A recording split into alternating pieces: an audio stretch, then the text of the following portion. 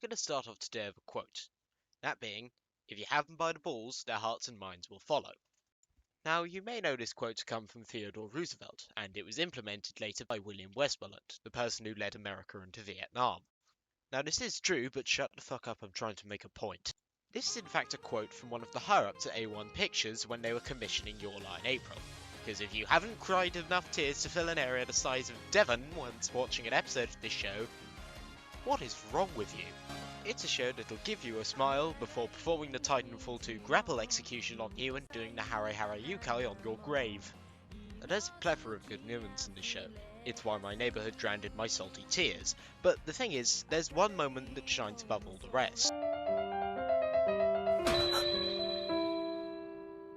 Nope, not that one, because we just had to sit through Kaori's English.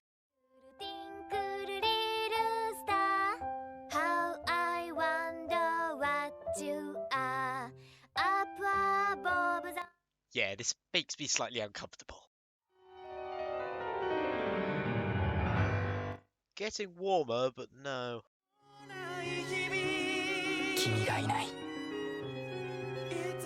And you missed it. How about I just explain the scene? Now, before I finished the show, I was wondering, why is the show called Your Lie in April? Surely a more fitting title would have been Everyone You Know and Love Will Die in April. But the thing is, we find out what this lie in April is in episode 22, the last episode, and more specifically, who it affects.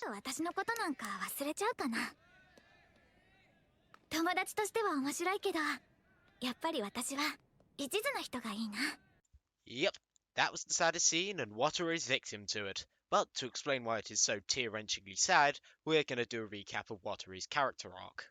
We start off the series with Wataru being introduced to Kaori because he is what he would call a ladies' man and what I would call a dipshit. Basically a ginger version of Masao Mikida. Kaori is a violinist and is really into playing the violin, but she also really wants Kosei, our main character, to accompany her. She eventually gets Kosei to start playing the piano again. Wataru has dreams of becoming a footballer, but he loses a game because he accidentally gets distracted by Kaori. He does not appear to be emotional in front of his friends, instead deciding to let his emotions out when he's in private. Later down the line, Kaori is victim to a fatal illness.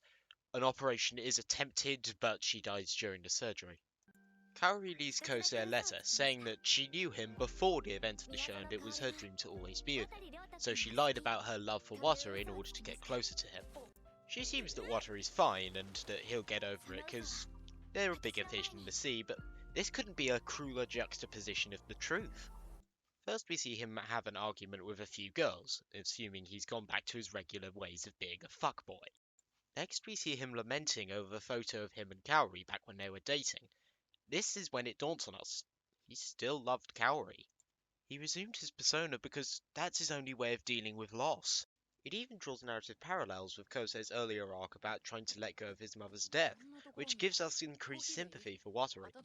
But this begs the question, does this villainize Kaori? In my opinion, it does the exact opposite and cements her as a believable character.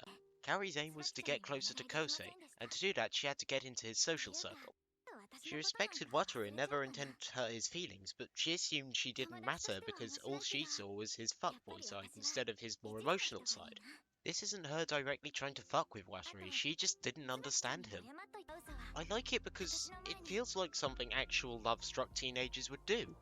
Or at least I've been told it is. I don't know, I don't journey outside the cave often enough to know. In fact, what do real teenage relationships look like? Bruv, she came up to me and tried to give me feel-ups. Feel-ups? Yeah, man, I was like, move yourself now before I get my cousin to DM you. And that's enough reality for today. The reason I love this scene is the same reason I love the show. It's because it shows people in their formative years dealing with struggles they didn't expect to deal with.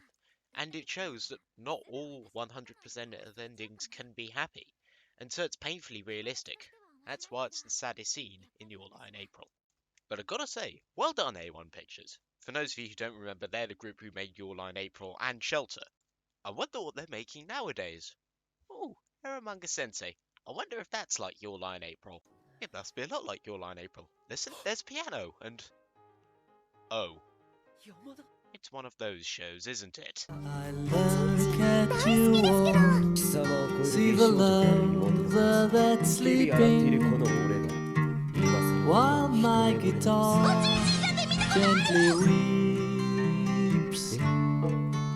I look at the floor. I'll see myself out, shall I?